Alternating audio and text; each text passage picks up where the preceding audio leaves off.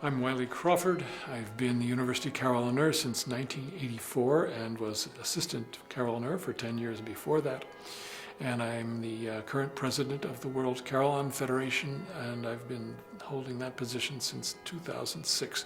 Only the second North American to have that position in the history of the organization.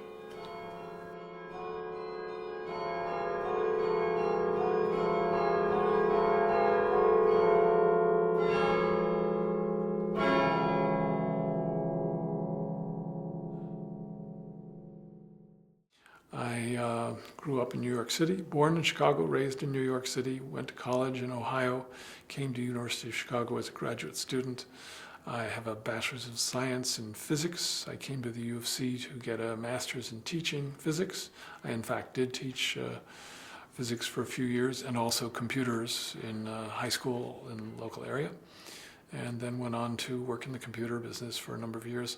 My musical background is it cannot be documented. I had piano lessons when I was from the age of 5 until age of 13 or 14, but I always loved piano, loved playing music, and as soon as I got the Carillon, I basically have played only Carillon since I discovered this instrument.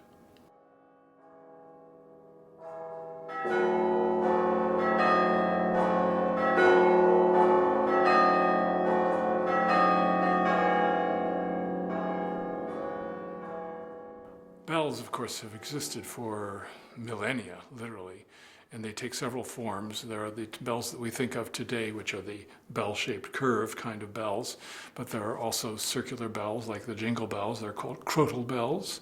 There are also in Asia big bells that are like giant tubes with that bulge in the middle, and they strike actually 2 different notes at once. And these are really, really old and really, really large bells. But what we think of as church bells today have been around for about 800,000 years, 800 to 1,000 years. Carillons have been around since about 500 years. They originated in the area of Europe we think of traditionally as Flanders, northern France, Holland, Belgium, that area. And they grew out of the fact that in the Middle Ages, people needed to have some way to coordinate activities. They said they would like to have a meeting, and they would say, well, we'll meet in the afternoon. Well, the afternoon, that's a big span of time. Let's say 2 o'clock.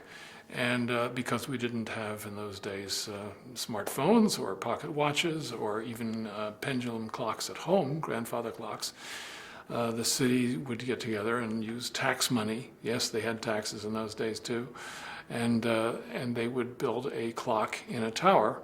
And they had to have some way for that clock, besides having the hands on the tower to show what time it was, to announce the time to the world. So villages would get together and also buy a few bells, sometimes with just 1 or 2 bells. If it's just 1 bell, it would just strike every hour, the appropriate number of times to indicate the hour. But then they wanted to say, well, now how about 2:15? Well, we'd like to have then 2 bells, and at 2:15 we'll go bum bum, and then at 2:30 we'll go bum bum bum bum, called a tam tam. And then at 3 o'clock it would go bum bum bum bum bum bum bum bum bum bum bum to signal the time was about to be announced.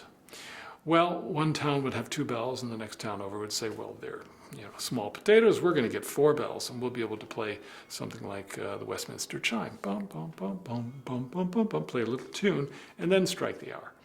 And then the next town over said, well, we're twice as big as they are. We'll get 8 bells, 12 bells. The competition, friendly competition, continued as time went on. And eventually they had enough bells that they could play, honest to goodness, real music with giant drums that would turn around like an enormous music box, essentially, to play a whole tune, sometimes very intricate, before the hour or on the quarters. And at that point, people had devised keyboards for the lute and turned it into a harpsichord. They devised pianos, and they had devised the white and black keys that we're used to seeing.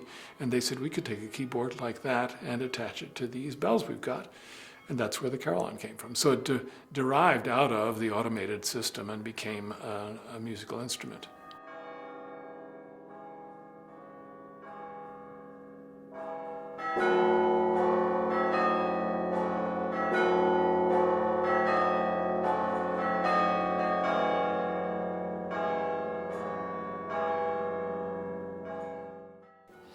Okay, here's how the carillon works. When you push down on a key, okay, you can see there's a wire, maybe you can see the wire moving behind, pulls down on an L-shaped piece of metal like this. The vertical wire is connected to the short piece of the L, and the L pivots on its junction there. There's a second wire going horizontally across, which is attached to the clapper of the bell, and it pulls the clapper into the bell. The clappers in a carillon bell are not resting straight down when the bell is, when the keyboard is not being used. The clappers are actually tethered and are near the inside lip of the bell, even now for most of the bells. And the action of the key simply pulls the clapper that small distance. It's enough that you can get a good sound out of it if you do it hard, but also short enough that you can do a very gentle sound. We also have pedals, and the pedals are mechanically connected to the keys, and the keys then in turn connect to the clappers, and that's how you get the sound of the bells. The pedals are there for the heaviest bells because the heaviest bells have the heavier clappers, and on the musical staff, the G clef, the treble clef on the piano keyboard, which would be your right hand, is for both hands on the Carillon keyboard, and the bass clef, which would be your left hand on the piano, is for your feet. And we use closed fists to play for the most part, especially if we're playing fast, but you can also open your hands to play chords as well.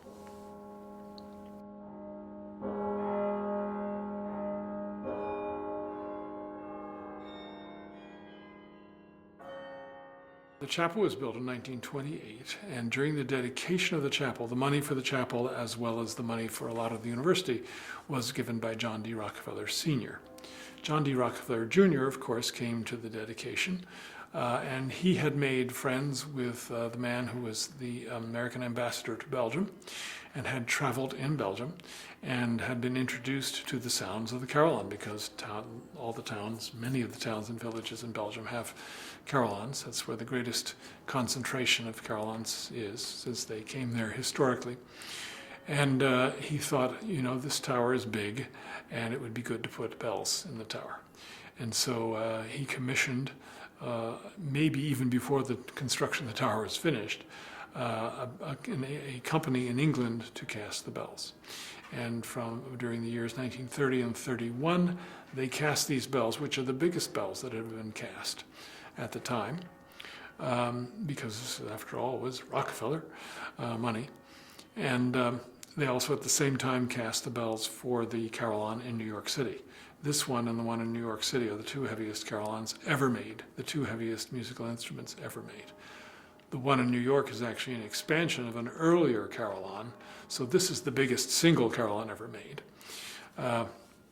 And so in 1932, the bells were shipped over from England by boat, and then by rail, and then by truck, and then were hoisted up into the tower in the autumn of 1932, and a series of inaugural concerts was played the Thanksgiving week, 1932.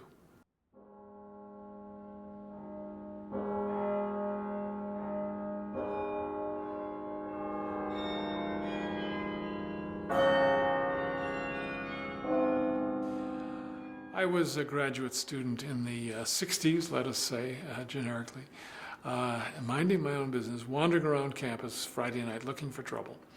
And I heard the sounds of the bells. And I only lived 2 blocks away. I lived at 58th and Kenwood. But I had never heard them. I wasn't usually up on Sunday by noon, I guess, when they were playing.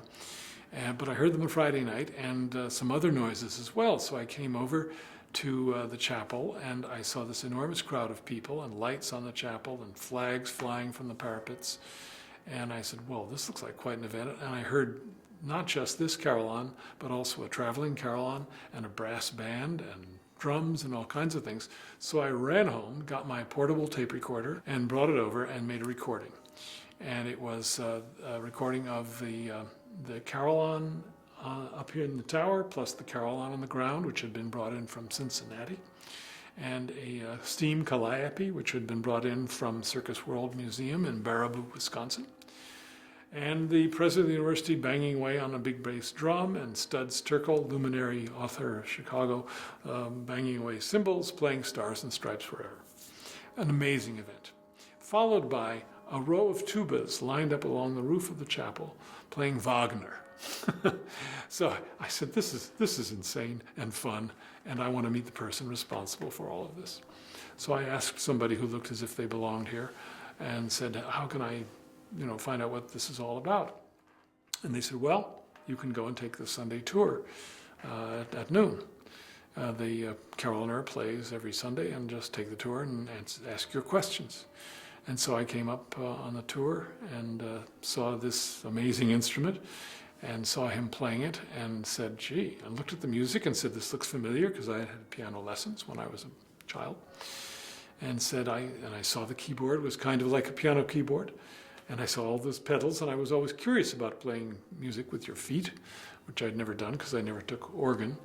And I said, that looks like a fun instrument and a great thing to do. It combines dancing and physics and mechanics and history and music and everything I like. So I asked him if I could take some lessons.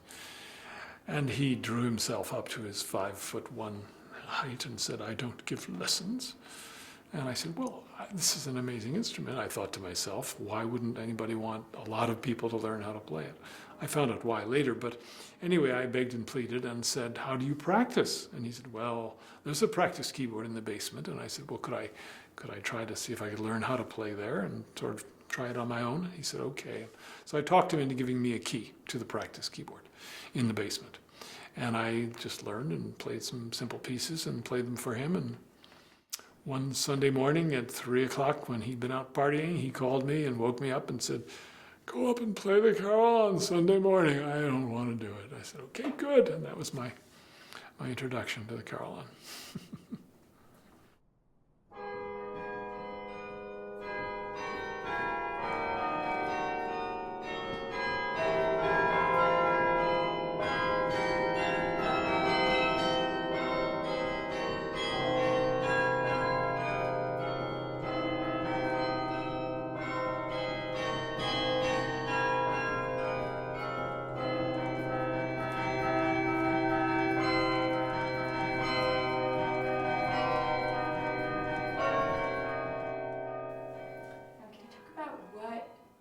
To you is most interesting about a Carillon? Like, what was so compelling to you about it? Well, before I played the Carillon, I was an international folk dancer. And so playing the Carillon is a bit of a dance because you're using your feet, you're using your hands. It's very physical, as you maybe know, using fists and feet. I was tempted to play the piano with my fists every now and then anyway, so I was kind of naturally attracted to the Carillon. The fact that it is so physical, the fact that it's so, that the bells are so ethereal, the fact that the instrument combines mechanics, acoustics, music, dance, history, all the things I like to do. The fact that it was a kind of unusual also, of course. All of those things just made it a perfect storm for me as far as grabbing all the things that I liked about life. So.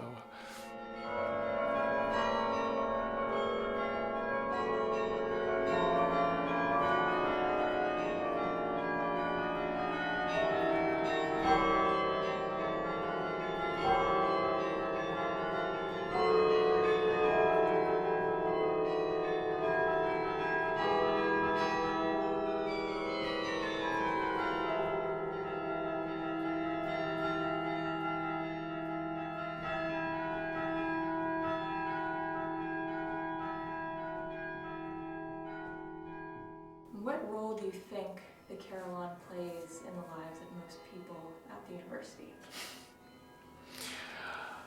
I've had people who come up here and say they have been in Hyde Park for 30 years, they've heard the bells often and sometimes on a daily basis, and always just kind of assumed it was a carol, a keyboard, or a computer playing. Even before there were computers, they assumed it was some kind of automated device playing. They didn't imagine that there was a real live person up here who was required to climb all those steps and then catch their breath and then play for a half hour. So we certainly encourage people to come up here. I think that bells, they communicate to the world that this is an academic setting. There are so many universities around the world that have bells that just signal the hour or that play tunes. If you go to Amsterdam, there are 7 or so carillons in the city of Amsterdam. Everywhere you go throughout the city, you will hear carillon music, either as an automatic drum that plays before the hour or live performances. So bells just, they have a resonance literally and figuratively in people's bodies and souls. They have a primal thing to them that kind of grabs you. Once you get hooked on playing the carillon, you just don't give up. Obviously, I certainly haven't.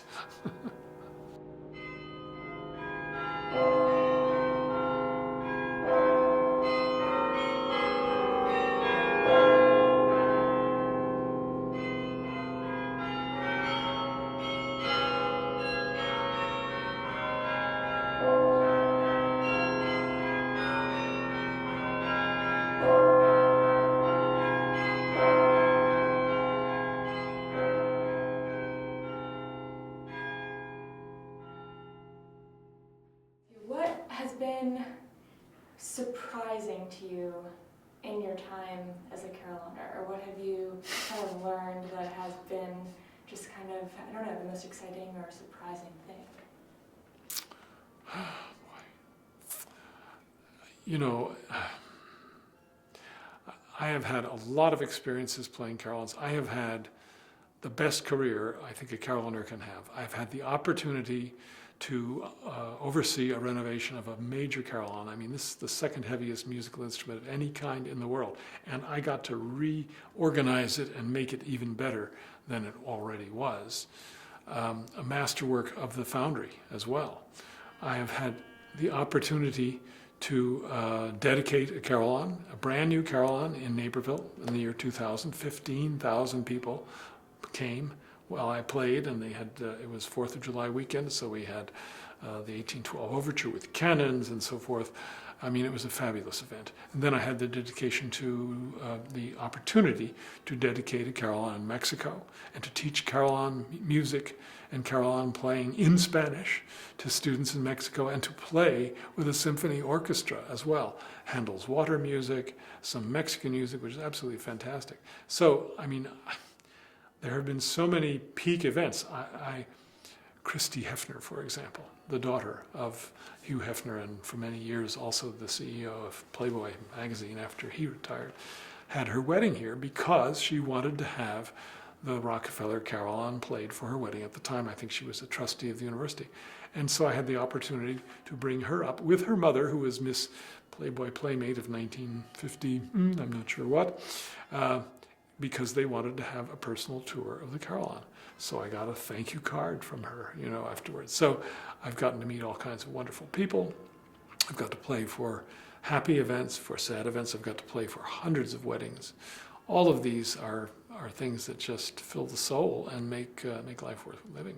So I couldn't ask for more out of a Carillon career. It's been absolutely fabulous.